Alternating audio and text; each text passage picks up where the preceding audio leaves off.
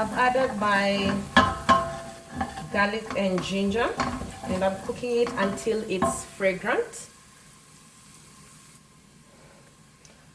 Next, I'm going to add my spices. The gas is still on low heat, so this is cumin,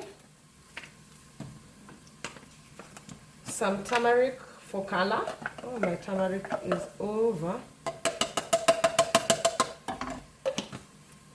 And paprika.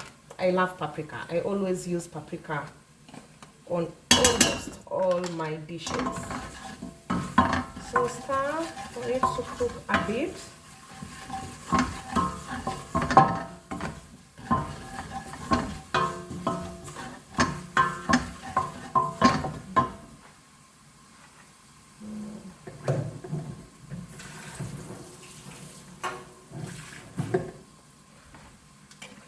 Let me add my tomato paste. I'll use two tablespoons. Then I stir again.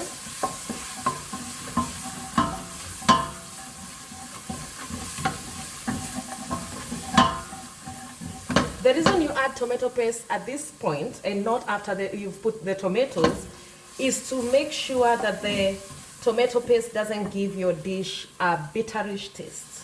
So you burn it a bit, or rather cook it a bit. Then let me just increase the gas level. Then we are going to add our tomatoes.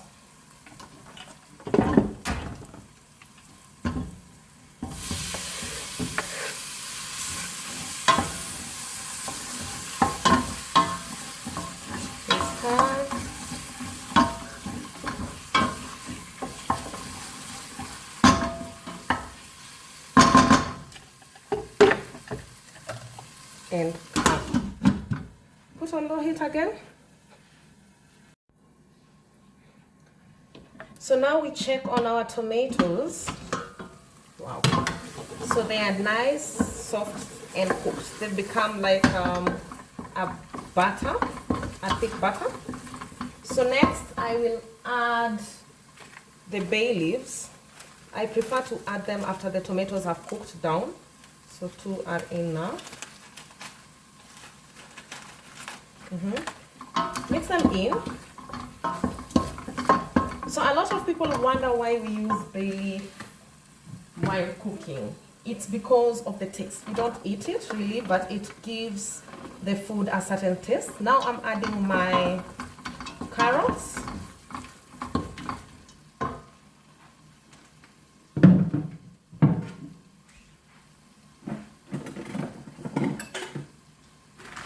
And next I'll add my green peas.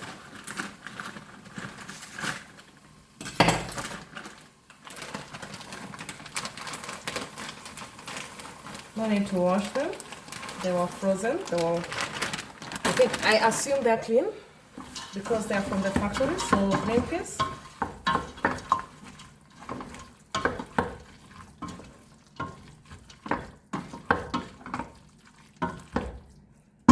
I'll add some hot water,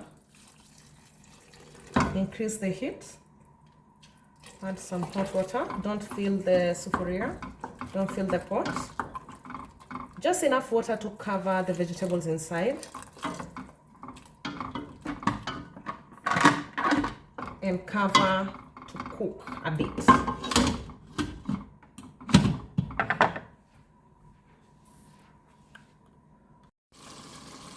So guys, our vegetables have cooked down.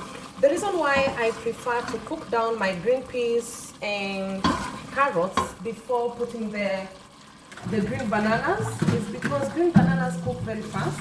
And secondly, green bananas cook very fast. And secondly, I don't like crunchy green peas. So now I'm going to add my bananas.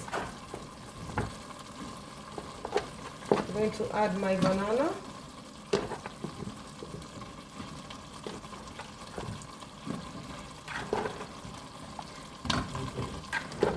Then Let me just add them first and show you what I'm going to do.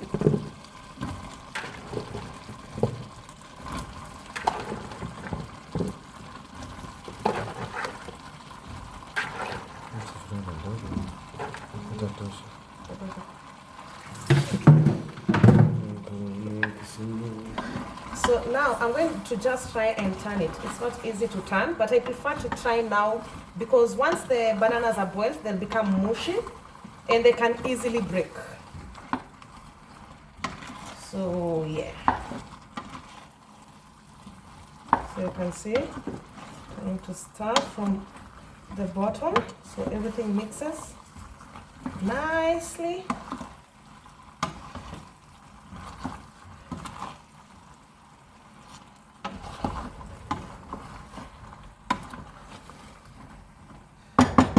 Next, I'm going to add some hot water.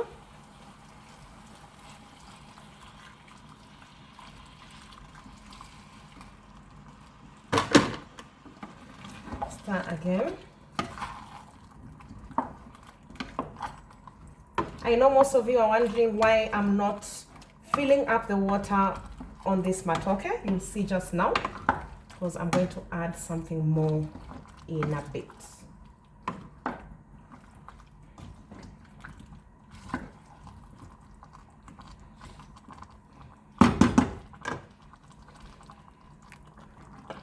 So now, this is what I'm going to add. We call it roiko. I think it's called beef bouillon in English. Correct me if I'm wrong. So this is beef flavor. That's why it's beef bouillon. I understand we also have chicken bouillon. I hope you can see this. So I'm going to add 2 tablespoons of the powder into a bowl. Then I'm going to add hot water into the same bowl. Then I'm going to mix this, the powder and the water together. Add it to my food. Just a minute. Add it to my food. Yes, like that. Then as you can see, the water has not covered the bananas. So I'm going to add some more water again until it covers the bananas. Yes, that's okay now. So then I'm going to stir this so that everything is mixed up nicely.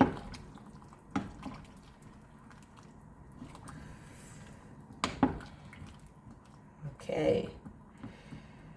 I really wanted to cook this green bananas Ugandan style, but wow. When I went to check the recipe, it required a lot of things. So it seemed, I realized I'd get late for my meeting, the one I've told you about, the pre-wedding, pre-traditional wedding meeting that we have. So I just figured I'd cook it the easier way. Yeah, so let's wait for this to boil. Then I'll show you the magical vegetable that we're going to add here. A new discovery that I made recently. So I'll let you know about it. So yeah, so our food is ready. And now it's the time I add some salt. So what I'll do is I'll just taste and see the level of how much salt I want to add. So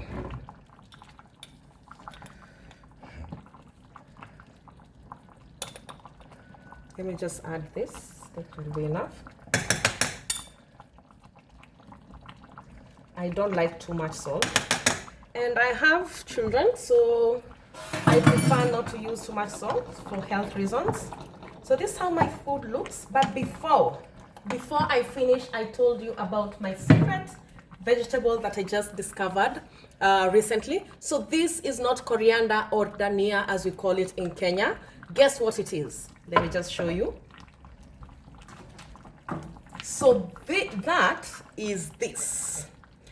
So we harvested the carrots from our farm recently, and we were just asking each other, are these is this vegetable part edible? And when we Googled, we realized, yes, it is, and it's actually very nutritious.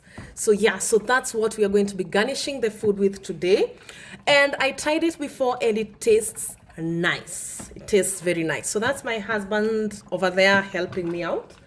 So I'm just going to add our magic vegetable. So if you normally plant carrots, don't throw the leaves away. Don't throw the vegetable part of it away. It's very nutritious one.